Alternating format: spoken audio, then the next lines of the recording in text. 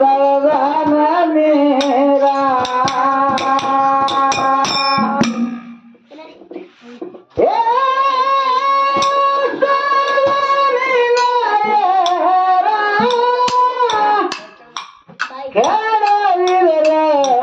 ತೆಗಿತೀನಿ ತಳದಾನ ನೀರ ಹೇಳಬ್ಯಾಡು ಬಡಿಯಾರ ಇವರಿಗೆ ಬಾಯಿದ್ದರ ಪಾವರ ಹೇಳಬ್ಯಾಡು ಬಡವ್ಯಾರ ಇವರಿಗೆ ಬಾಯಿದ್ದರ